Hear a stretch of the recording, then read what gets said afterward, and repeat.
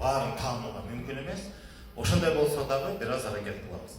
Анан мен биринчи алгач ушу Манас жөнүндө айтардан мурун бир нерсени айтып берип атам. Көп мезгилдер бою өзгөчө Советтер Союзунда Манасты биз адабий чыгарма катары калдырып кетебиз. Адабияттагы жөнөкөй бир жанр катары, эпос катары. Силер үчүн суроо берем. Силер үчүн Манас бул жөн эле чыгармабы, болгондо дагы ойлоп табылган чыгарма. Бирөөнүн чыгармачылык деп бир ойлоп. Же чын табыл эле бул силер үчүн Манас эмне? Кара ушундан баштайчы суроо. Каалаганда пикириңизди кайсар? Манас жомок болгон эмес дегенге көп ишенбейт. Манас болгон, инсан болгон, адам болгон деп ишенебиз. Бирок аны билбейбиз. Чындап менен билбейбиз. Качан болду? Анан көп эле аракеттер болуп атат. Ушу күнгө чейин дагы токтоло элек. Мына ошол кийинки мезгилдерде ошо Манас темасына тиешелүү болгон тарыхка байланыштуу болгон маалыматтардын негизинде ошо Манасты кайсы доордо жашаганын так эмес, болжолдуу гана айтсак болот. Бүгүнкү тема ошо болду. Анан дагы Манас бул жөн эле ойлоп табылган чыгарма деген адабиятчылар пикири азыр өкүмү күч. Мына ошон үчүн бул жөн эле ойлоп табылган чыгарма эмес экенин өзгөчө жаштарга бир баса белгилеп кетчү сөзүм бар. Мен өзүм күбө болгом. Мисалы Манасты биз Манастын бар экенин эмнеге байланыштуу билебиз? Манасчыларга байланыштуу. Манасчы деген бул эмне деген феномен? Бул эмне деген адам? Манасчы. Манас айткан адам, э? Анан бүгүнкү замандын талабында Манасты өнөр кылып койдук. Искусствонун бир түрү өнөр, манасчылык. Өнөр деп койдук да, Манас айтып өнөр деп атабыз. Төкмөндө өнөр дедик, бар эле өнөр деп койдук да, анан өнөрдү биз билебиз, өнөрдү өздөштүрсө болот, окуса болот, таалим алып, бир устатка шакирт болуп байланып, ошентип жүрүп бир өнөрдүн ээси болсо болот. Окуса болот деген. Манастын окусу жок. Манасты каалаган адам манасчы боло албайт. Манасты билем, окуйм, окуп билсек болот, бирок манасчы боло албайбыз.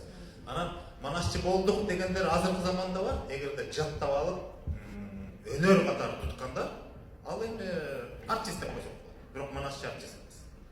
Манасчы болуп каласың. Туура айтасыздар, бул касиет. Анан бардык манасчылар бизге белгилүү болгон манасчылар. Тагдыр окшош.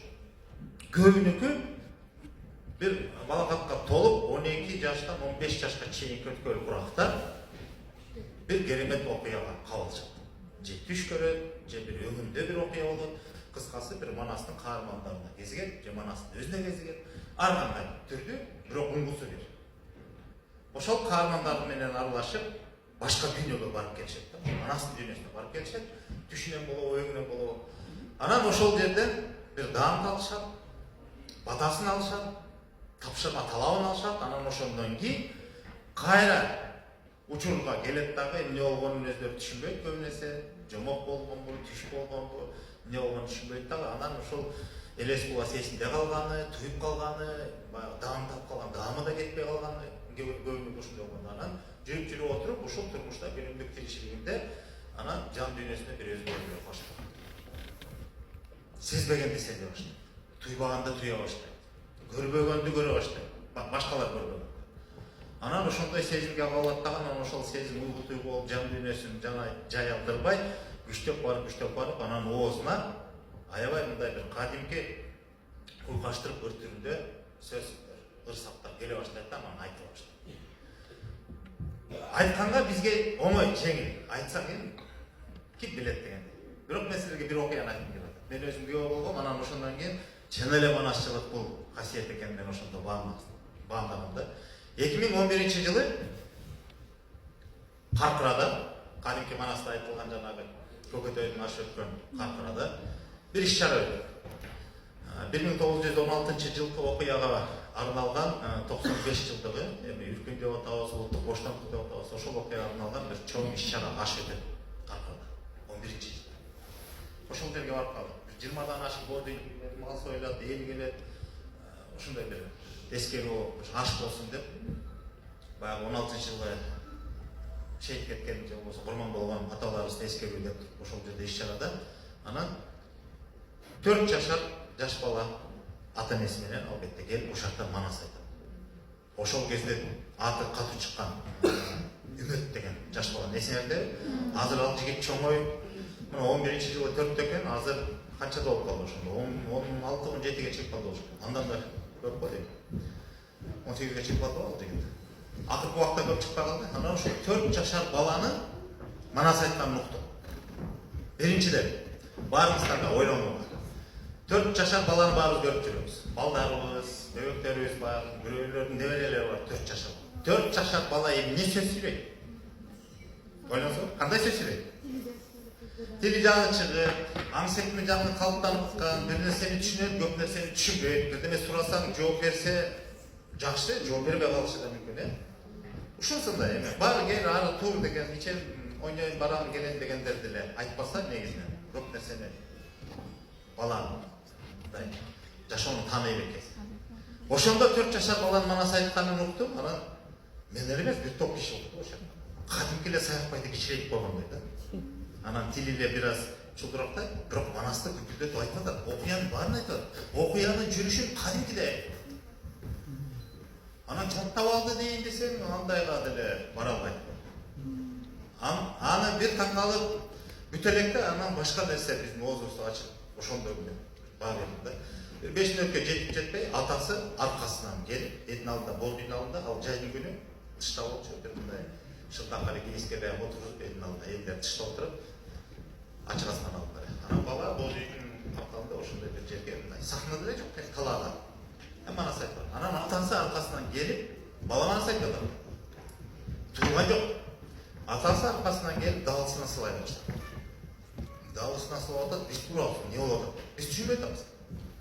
Анан ошо баланын даалысына сылап, акырын мындай денесин көндүргөндөй болуп атат да, аракет жасап туруп, анан акырын бетинен көтөрүп баланы отурган жерине, ошо отурган мандашта отурган бойдон баланы көтөрдү.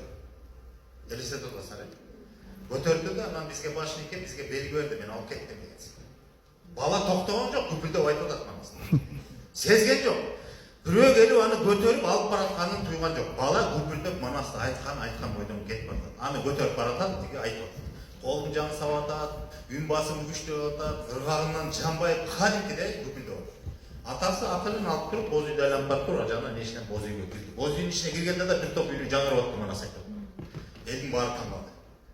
Аркасында 3-4 киши болуп барып башпак эмне болду. Анан боз үйгө кирсек, ал жерден атасы баланы алып келгенден кийин анан баягы колу менен денесине тийгизип акырын ушалап туруп, анан бала бир убакта баягы уктап аткан адам бир чочуп ойгонот го. Ошол сыңарындай көзү алаңдап, эки жакты карап, бир жерге көзүн токтотуп коюп, бир нерсени издеп аткандай болду. Атасы кайра келип көкүрөгүнү тийгизип, кучактап, балам мына мен атаңмын деп айтып, аркасына сылап атып, баланы бекем кучактап ошентти да.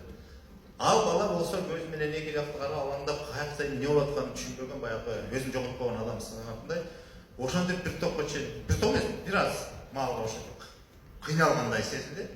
Анан кадимкидей бакырып ыйлады. Анан атасы жошупту, бир дагы чабды, 2 мүнөт болду ошо. Анан кийин бүткөндөн сурадык да, эмне